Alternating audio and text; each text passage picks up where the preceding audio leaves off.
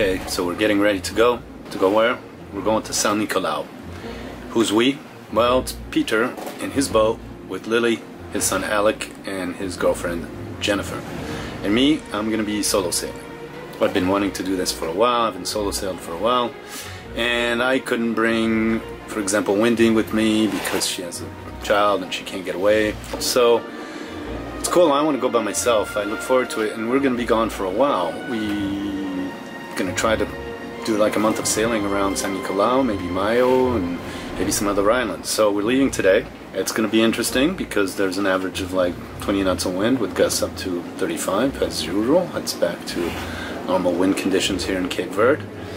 So I'm going to go up north of the island of Sao Vicente and around the northern coast and down by the island of Santa Luzia and then the island of Iyahazu and to Sao Nicolau.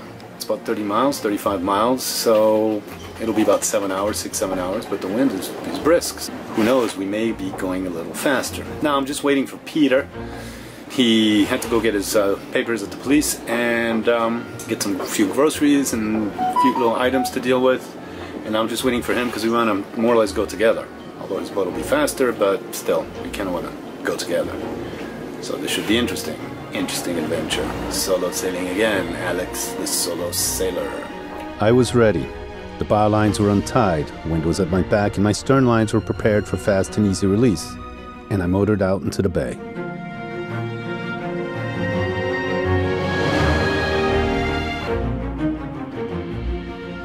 For me, this is the best place to hoist my mainsail, because you are protected from the swell and the boat is steady.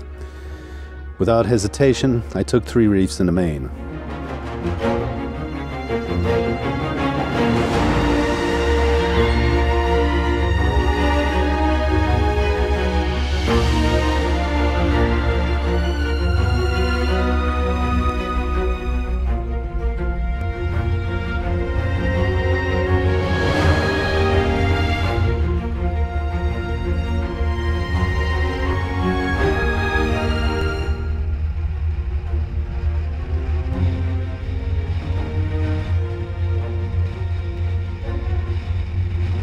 Wind was already blowing stronger than I anticipated. I was already flying out of the gate.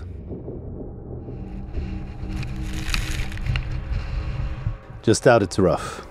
It will be so for the next couple of miles.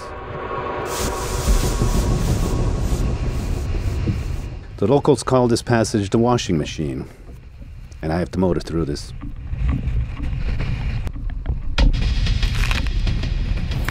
Man, it's absolutely crazy out here.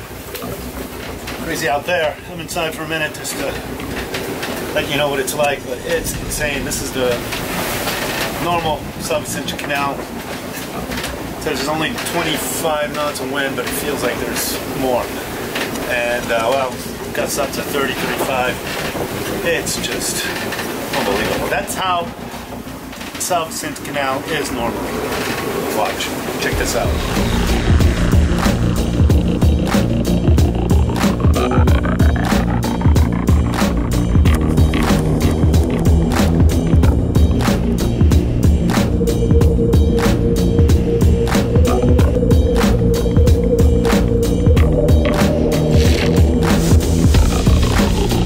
The idea here is to head upwind, up current and against the waves as far north as possible, and then tack to get around the north side of Sao Vicente Island. I can't do this with the sails alone today. I cannot get a good enough angle to the wind, so the motor is pushing. This is...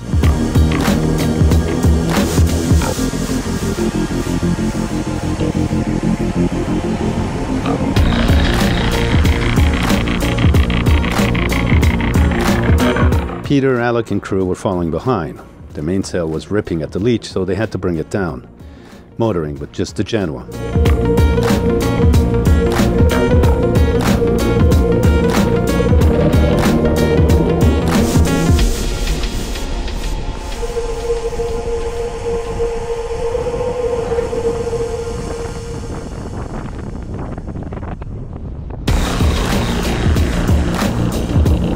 Below deck was rough but dry. Jen came up for air and Alec caught sight of a strange fin cutting the surface. If you look close, you'll see. Is it a shark?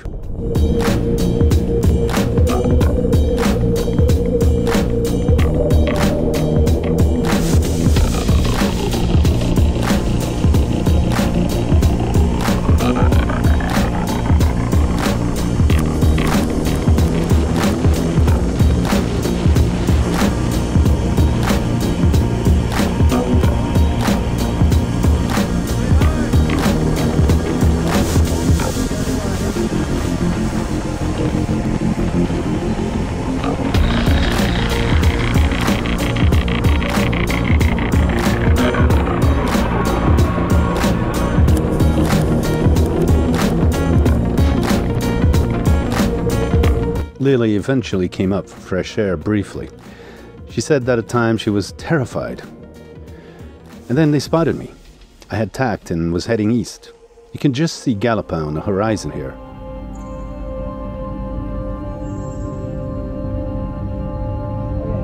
We are going to tack. This is going to change everything from leaning this way to leaning this way. Oh god, okay. Yeah. I would take the dishes and put them in the sink. Here's Jen, she's hungry.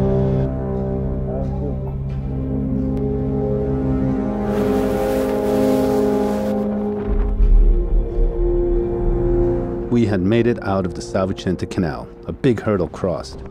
Now we needed to steer north of the island, still pushing up against the wind and waves, motors churning.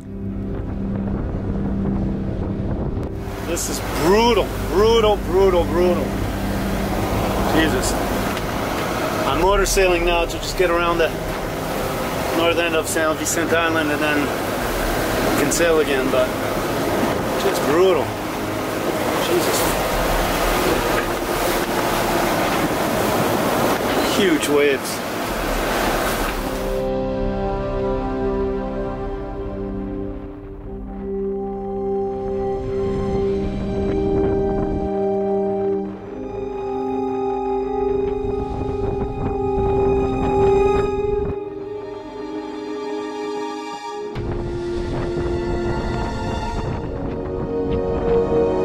And then I discovered I had a problem.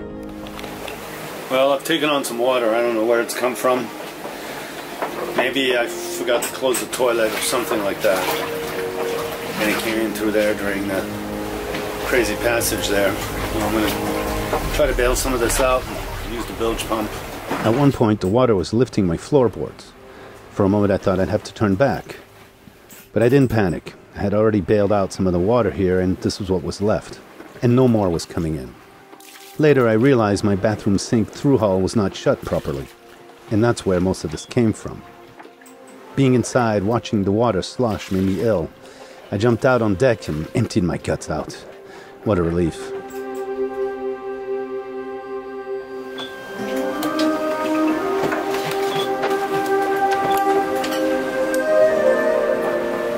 Hello world, this is me, Sailor Alex.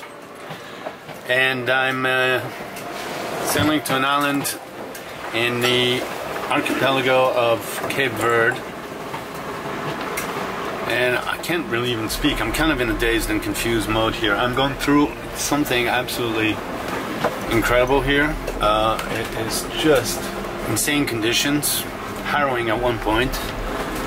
Perhaps stupid to have gone out in these kind of conditions, or definitely not very intelligent. Huge waves, 35 knots of wind. Whoa. Anyways, it's pretty crazy out there. About 22 knots of wind, and but much mellower than before. But going so fast, man, and it's just. And I had a couple of waves come over the entire top of the boat and came crashing down inside here, and the whole friggin' floor was filled with water. I had to bail it out. The whole cockpit was filled like a bathtub. And still now it's kind of crazy, so I wish I could show you, but it's night, man. But, you know, let's go see. I'll try to show you what it's like, okay? The moon was full, the boat was flying. Waves had settled. This was a very good moment.